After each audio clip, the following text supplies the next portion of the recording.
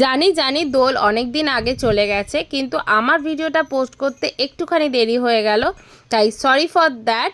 তো সকালবেলা ঘুম থেকে উঠে আমি আর ডেজি দুজনেই সেজেগুজে রেডি হয়ে গেছি আর রং খেলবো বলে। তো আমি ব্রেকফাস্টে সেদিন খেয়েছিলাম কচুরি, আলুর দম, ছোলার ডাল। তো আমি ভেবেছিলাম যে শাড়ি পরে সেজেগুজে একটু ফটো ক্লিক করব, কয়েকটা রিল বানাবো, তারপর এসে ড্রেস চেঞ্জ করে রং খেলবো। কিন্তু কি আর বলবো, আমার ব্যাড লাক, সবাই এত রং খেলা শুরু করে দিয়েছে। আমার ভাই, বোন, বাবা আর স্পেশালি ডেজি আমাকে রং মাখিয়ে ভূত করে দিয়েছে, তাই আমাকে শাড়ি পরেই রং খেলে নিতে হলো। তো এই দেখো ভাই, আর এটা আমার একটা বোন, জ্যাঠাতো বোন। তো ও চলে আসে প্রত্যেকটা অকেশনে, আমরা একসাথেই সব কিছু সেলিব্রেট করি আর খুব মজা হয়।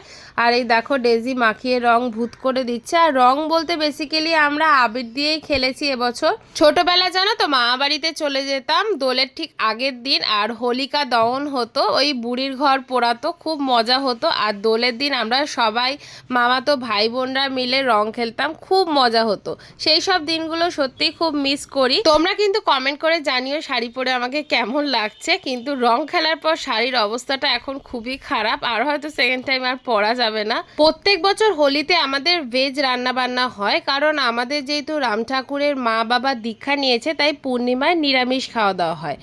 তো এবছর লাকিলি দুদিন যেহেতু হোলি পড়েছিল, মানে পূর্ণিমার তিথি যেহেতু মানে সেকেন্ড দিন হোলির সময় ছেড়ে গেছিলো, তাই এবার লাকিলি আমরা ননভেজ খাবার দাবার খেতে পেরেছি হোলিতে। তো আমরা দেখো তিনজনে পাগলামি করছি, একটু রিল বানিয়ে নিচ্ছিলাম।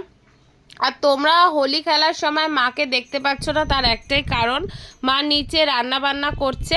তো আজকে দুপুরবেলা লাঞ্চের মেনুতে ছিল হচ্ছে ফ্রাইড রাইস, সব মাই করেছিল, আর চিকেন কষা, আর ছিল বেগুনি আর স্যালাড। প্রত্যেকটা খাবারই খুবই ইয়াম্মি হয়েছিল। তারপর লাঞ্চ করে আমরা একটু ছোট্ট করে ঘুম দিয়ে নিয়েছিলাম। বিকালবেলা অভিষেক এসেছিল, তো ডেজি পাপা এলে এইভাবেই কাঁধে করে ঘুরে বেড়ায়।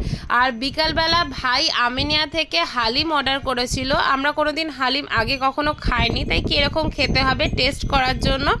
তো সেটা দিয়ে আর রাত্রেবেলা রুটি আর হালিম খেলাম। এবার আসি হালিমের টেস্টে। হালিমের মধ্যে মাটন ছিল 3 পিস এক প্লেটের মধ্যে।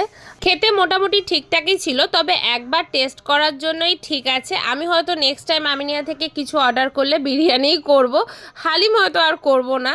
তো এই তো হোলির সারাদিনটা আমি এভাবেই কাটালাম। আই হোপ আমার ছোট্ট মিনি ব্লগটা তোমাদের সবার খুব ভালো লেগেছে। ভালো লাগলে ফলো করে দিও, আর তোমরা সবাই ভালো থেকো। তো এখনকার মতো টাটা।